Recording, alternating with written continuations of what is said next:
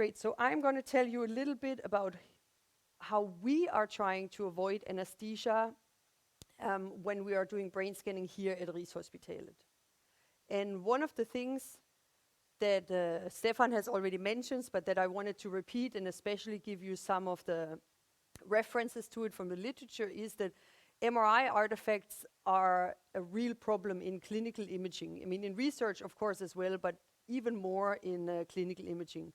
And we have much more problems in MRI compared to CT or other imaging modalities because MRI has such long acquisition times. This is why the focus in Karolinska has also been on shortening them. Because if we take a single image that takes 5 to 7 images, for example, for a 3-dimensional MP range, then of course the patients have a hard time lying still. And artifacts manifest in many different ways, but we often see this kind of ghosting or ringing in the images, and they can affect the diagnostic ability afterwards, obviously, because there are certain things that we cannot see. And when you look at it statistically speaking, about 20% of the MRI examinations need to be repeated, at least partially. And this means if you ballpark it, this is US numbers, you have an additional cost of about $115,000 per scanner per year. If you look down at our radiology department, just ballparking, we have 6, 7 scanners running just downstairs in the north wing, and then we have additional scanners that are running every day. So you can count this up by 10 alone, the cost for all the scanners we have at Rigshospitalet. Now, when we especially look at clinical MRI of children, of course they tend to move more than adults, and all the literature shows it. They are more active as general than adults. They're also more intimidated by the scanner size, and especially, like Stefan also mentioned, the exposure to loud noises. And when we look in the literature, usually diagnostic MRI is performed in infants and toddlers under sedation or general anesthesia. And if you look at the lower age range here, 4 to 6 years, this is actually a Danish publication from Kolding. The ratio is around 60 to 100%, depending on which age you're looking at. And if you look in the United States, this is work from Boston Children's Hospital. Again, you're up under 6 years, you're up to 80% in anesthesia, and older still up to 40%. And of course, we need anesthesia for certain procedures in the hospital. That's out of the questions. But of course, there are consequences when we use it for something like MRI, where, as mentioned before, it might not even be necessary or we can get around using it. And one of the few things that can happen is, of course, sedation-related adverse events. They are luckily very, very rare, but they do happen. Additionally, more on the animal study side, there has been concerns, especially for repeated anesthesia, especially in the very young children. And this is also why in 2017, the Federal Drug Administration has made a common label change for all common anesthetics to actually warn about usage under 3 years and especially repetitive usage. So on the medical side, there is a focus on this issue. And additionally, it's very important to keep in mind, it also increases the waiting times because we have to book the scanner longer. And it also increases the cost because we have to not only budget for a radiographer and the MRI time, but also for an anesthesiologist and a pediatric anesthesiology nurse. So these are additional costs for each scan. And we have estimated this especially here in Denmark, looking at our department here. And here we have an additional cost of about, little over $300,000 per scanner per year when we take care of calculating what the anesthesia adds in costs. And what we started out is to actually do first a retrospective study about children's head motion, because we wanted to know, how do the children even move? That's important. Before we can find technical solutions, or I would say solutions in the workflow to combat patient movement, we need to know how they move. So we actually analyzed data from a clinical study that was run here at our PET department on the PET MRI scanner, where we luckily had some children that were scanned with anesthesia and without, and we learned about the motion. And in general, what we found after analyzing all this data is that, of course, there were children that were sedated and others that were not, that we had access to motion tracking of, and we could see, obviously, children that are in anesthesia move less. It would be very weird if we would have found it otherwise. But the point is, they don't lie absolutely still either. The problem is they have a muscle relaxing happening, the pillow and the fluffing they're lying in, there is some residual drifting motions happening. And additionally, when we look at the children that are awake and we analyze the motion patterns, then we can see that they have this drifting motion out of the scanner, the anesthetized children as well as the non-anesthetized. But additionally, in the awake children, we have this nodding motion. Now, anyone that has actually been at the MRI scanner knows this also makes total sense. Why? Inside the head coil, we pad them on the side, so they cannot move this way, but they have a TV to look up, and they have their parents at their feet. So obviously, this is the dominant motion. So we decided after this analysis to say, how do we go from here? How can we combat this? And one thing we thought about was focusing a lot on the preparation. Because the preparation is something that we have seen in the literature that can have a big impact in actually getting the children to enter the MRI suite and to go into the scanner. Then additionally, we wanted to look at the monitoring of the motion. If we can detect that motion happens quickly, we can maybe stop the scan and start it again. And finally, we were very, very inspired by looking at some of these strategies. There was a recent review on how can we perform the preparation in certain ways. So we decided, okay, to discourage especially this nodding motion, we're going to make it less attractive to move. So if we have a good movie on, you keep looking at the screen. Anyone that has a child under 6 years can recognize that this works because they become zombies when they watch TV. And then additionally, we wanted to actually give them direct feedback, because when we can track their motion, when we train them, we can give them feedback. Yes, you're doing well, you are lying still. Even for an adult, it's very hard in the MRI to understand what lying still really means, even more so for a child. So by actually tracking their motion under training, but also in the scanner, we can give them direct feedback and saying, you are now lying still enough. So the work that has been ongoing here at the Rigshospitalet is a project I was lucky to be PI of that was funded by the Elsass Foundation. We started with preliminary studies and a healthy adult study already in the 1st of April of 2019, and we're planning to finish our children's study in the end of 2023. Our purpose is actually that the majority of children referred to a cerebral MRI examination should be scanned without sedation, GA, or general anesthesia. I say cerebral now, this is what we have tested. I really hope we can, in the end, especially with the preparation, get this, I would say, for all MRI scans of children, even if they're abdominal scans in the end. And we would like to achieve this in 2 ways. One is we are focusing very much on the preparation. We've developed a mobile phone application that you can test also later here.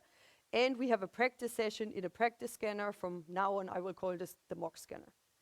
And additionally, we have learned from the literature of more the MRI physics cohorts.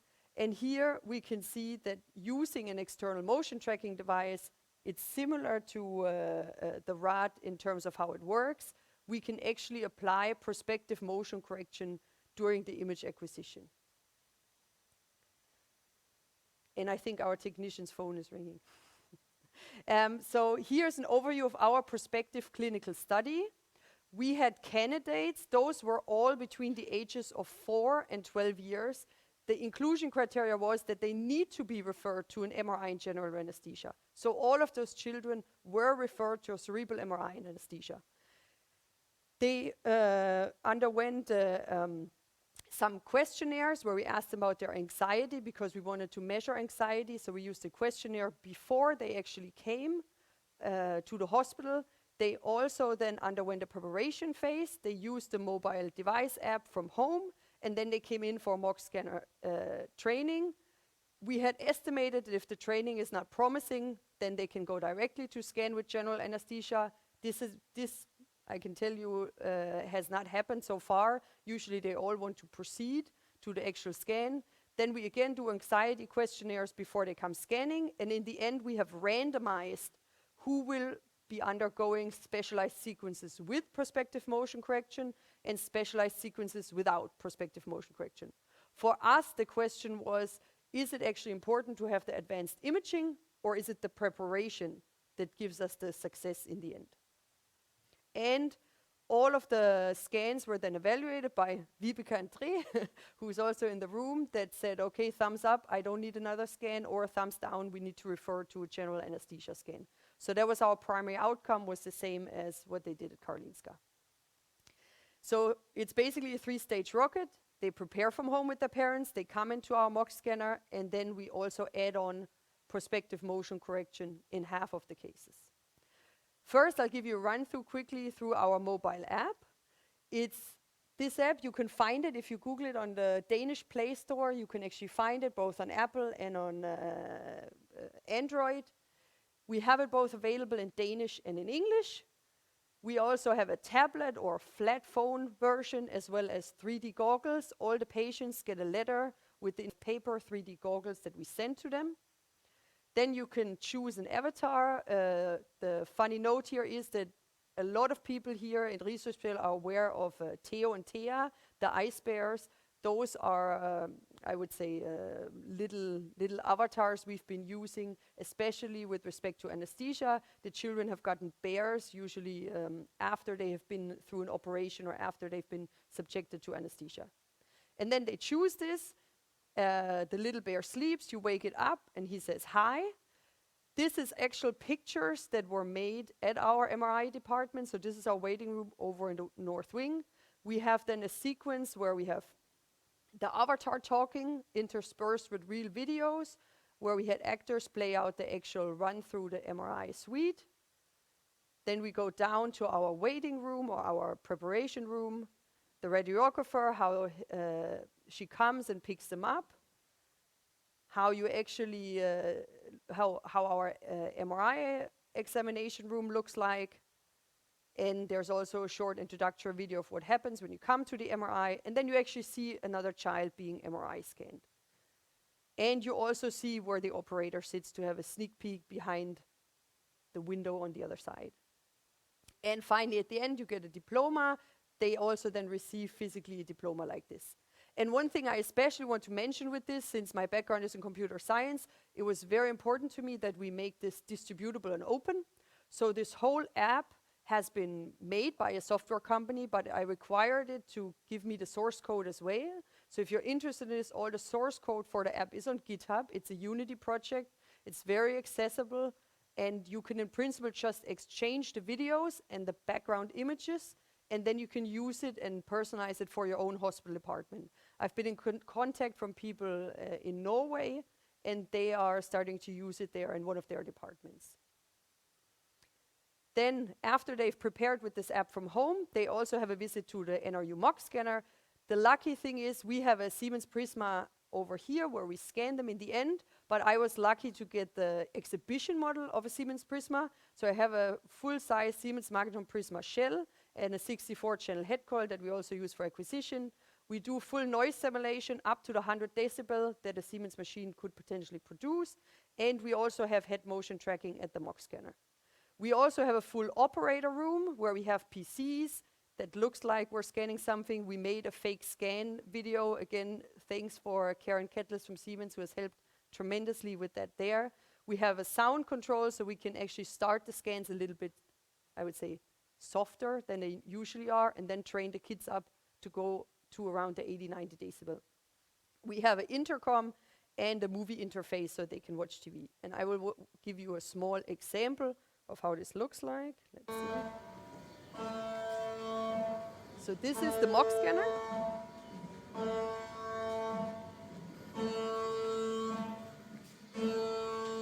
It's exactly the same size as the real Siemens Prisma. You can see the video in the back and the child lying there. And if you also see it from behind, this is actually TV. Luckily here we don't have a magnetic field, so this TV is much cheaper than an MRI-compatible TV. And you can see the tracking here, looking at the child's face from the back. So this is our mock scanner, and it looks identical. I was very happy that I had people from Siemens headquarters visiting, and they started patting themselves down before going in. Then I thought I really did a good job, so they think it's a real scanner.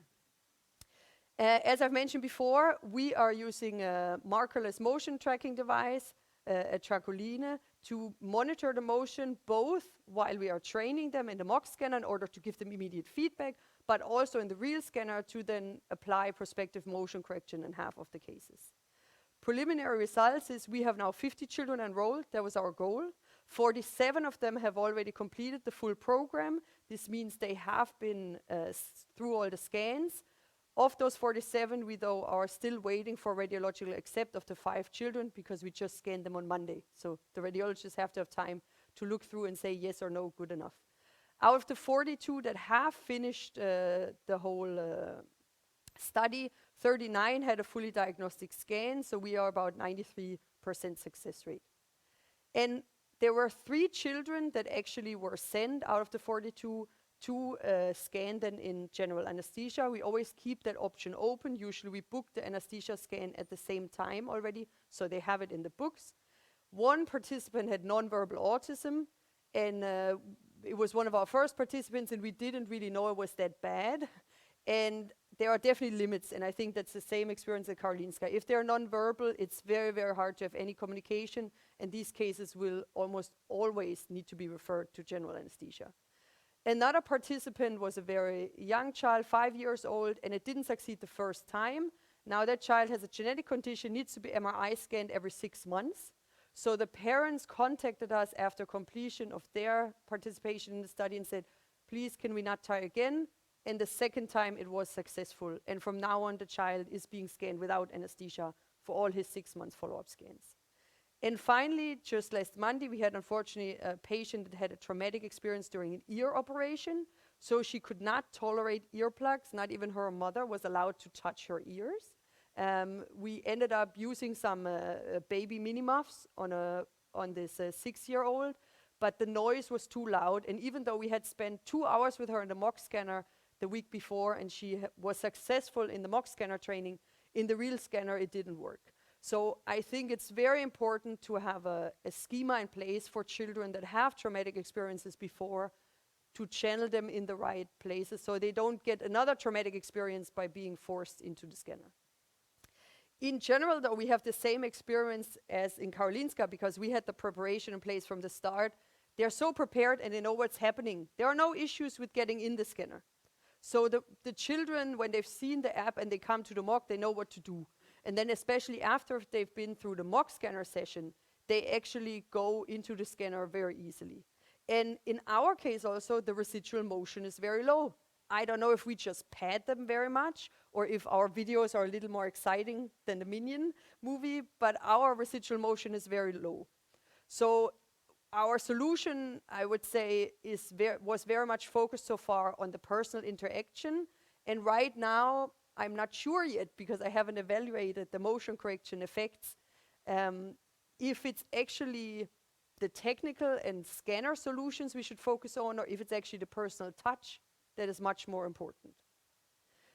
We have, beside the clinical study that we are just about to wrap up, we also before did an MRI study where we tested the motion correction in 22 healthy volunteers. That study is freely available. It was anonymized, and you can download it now on OpenNeuro, so you can see the same type of images and analysis as Stefan has shown for healthy adults. And what we will do from now on is we're going to move on to imaging infants between 0 and 2 years. We've done 1 pilot and 3 clinical scans already of infants, and this will be continued in NIPS-CP, a project that Katrine Skag-Madsen will introduce tomorrow afternoon shortly. We will also still need to, as I mentioned, examine the effectiveness of training versus motion correction, but we will do this only once all the data has been collected. And we will also move on with data sharing. We are pushing that there are motion tags added when you share brain imaging research data, and also we're supporting Stefan's motion tracking database, and of the healthy controls that are anonymized, I've actually uploaded some of the motion data there. So this is the MoCo project team and funding. We are very grateful for the funding by the Elsass Foundation, but we also were very lucky to get some additional funding, and especially our collaborators at MGH that actually gave us the sequences that enable us to do prospective motion correction. And just a sneak peek, we have some upcoming events. So myself and Brittany, that's also a speaker here, will be participating in a Flux symposium on emerging methods for MRI in infants and young children later in September at the Flux conference in Santa Rosa. So if you're going there, then look by the symposium. This is it, and now I want